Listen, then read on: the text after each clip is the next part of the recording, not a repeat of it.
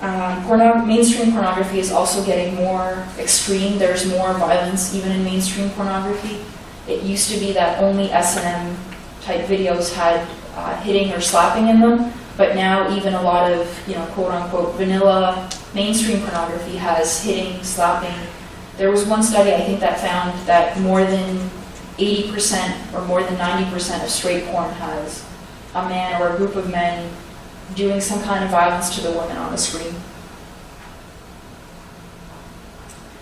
So there's also been a lot of research about how porn affects consumers, and especially male consumers.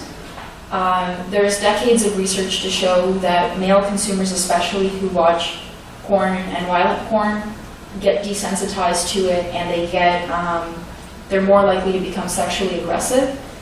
For female consumers of porn, they also tend to get desensitized to it, but we don't live in a society where girls are taught to be aggressive, whether it's sexually or otherwise, and so women don't usually become more sexually aggressive from watching porn because there's no larger social thing to reinforce that, whereas with men and boys, they often learn from a young age that being aggressive or dominant is part of who they are as men, that it's part of masculinity, and so when they watch porn or violent porn, it just reinforces what they've learned over a lifetime.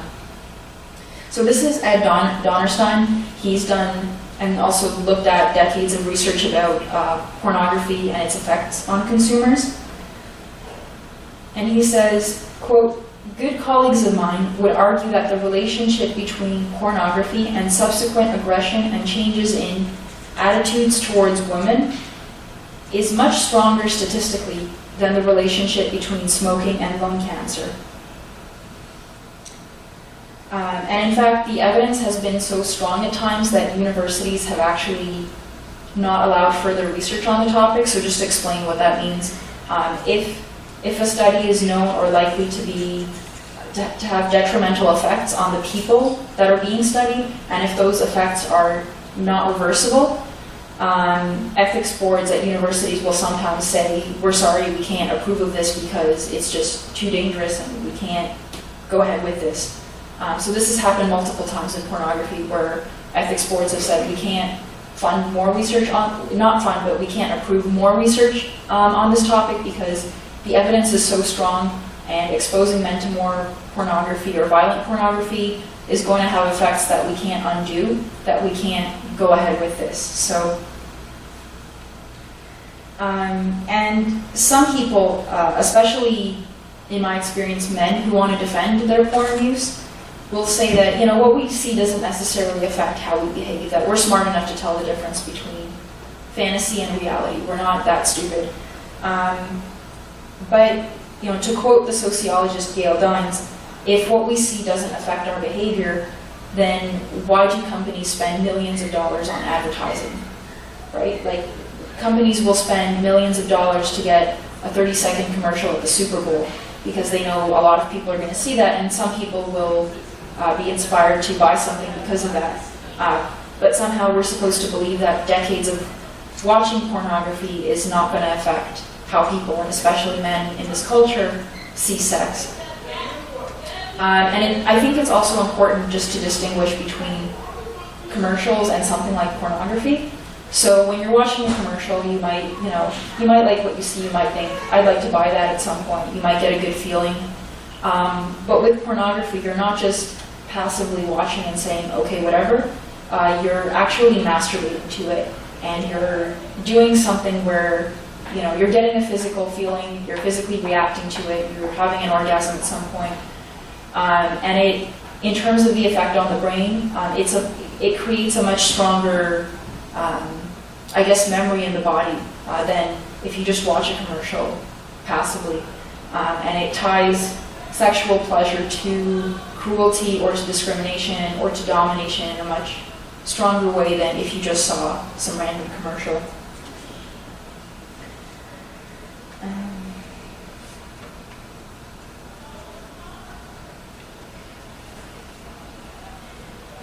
So I just want to talk about sex trafficking very briefly. I think that pornography, apart from what I've mentioned about the research, I think it's had a detrimental effect in convincing men and boys especially that they're entitled to sex and entitled to women's bodies. Some of you might be familiar with the Elliot Rodger shooting that happened just a few months ago.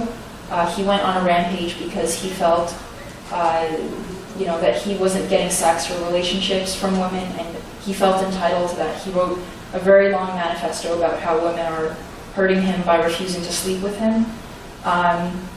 And I think pornography has done a lot in the way of convincing men that they're entitled to that they're entitled to sex, to women's bodies. And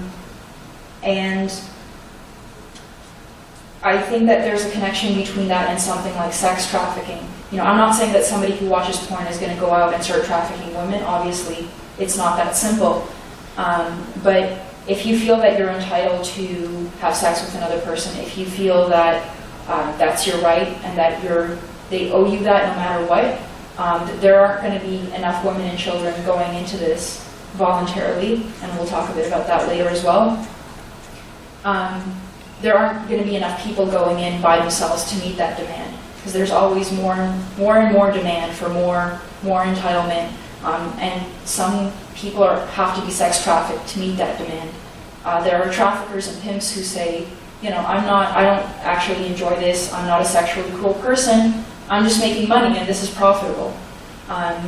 So I think that's an important thing to keep in mind, because sex trafficking is something that everyone understands is bad, and we don't often think of the connection between things like that and pornography. So today, with the internet and with cell phones, boys as young as 10 are starting to watch porn, sometimes even younger, and this is sort of shaping how they see sex even before they get their own opportunity to form their own feelings or their own thoughts about it. So there have actually been some men speaking out about how it's influenced them and how it's influenced their sexuality. They talk about how sometimes they get so used to it that they can't get aroused without it. They feel like they need it. And sometimes they get so desensitized to it that they can't get aroused at all anymore. We actually have a page on our website, antipornography.org, called the Harms page, and there's all kinds of different people sharing their stories about how porn has influenced them. If you want to check that out, there's a lot there. So this is a book called Pornland, and this is Gail Dines. She's an anti-porn speaker, writer, and she's also a sociologist. And there are some quotes in her book about men speaking up about how this has affected their sexuality.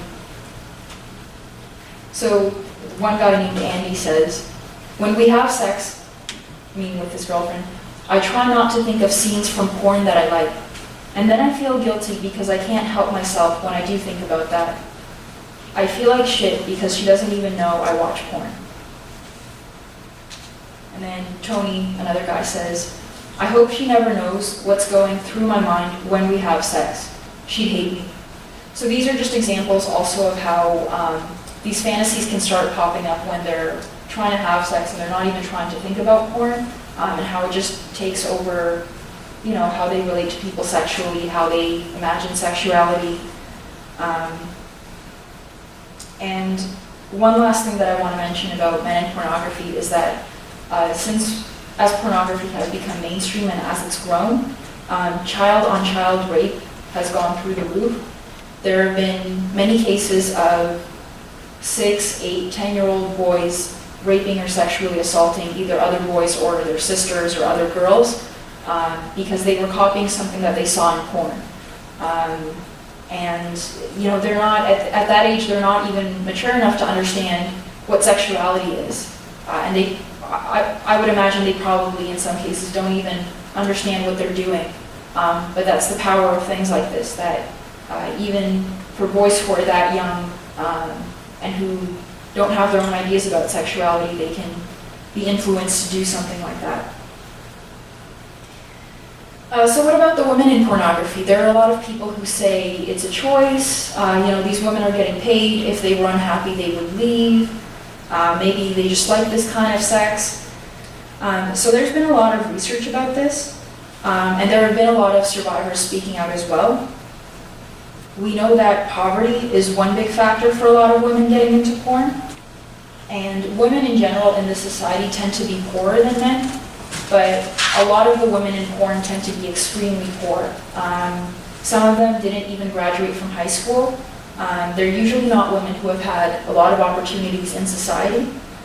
This is Nina Hartley. She's a porn performer, and she tends to be pro-porn. She does a lot of public speaking and other things. And she's from a more middle-class background. She's one of the few exceptions in the porn industry, and her entire experience in the industry has been really atypical. But even she, in a documentary, had this to say about other women in porn. They don't know how to do anything else. They don't know how to do retail. They don't know how to do Excel spreadsheets. Many people in adult entertainment are not suited for 9-to-5 work. So this is somebody even who defends pornography admitting that these are people who usually don't have other options.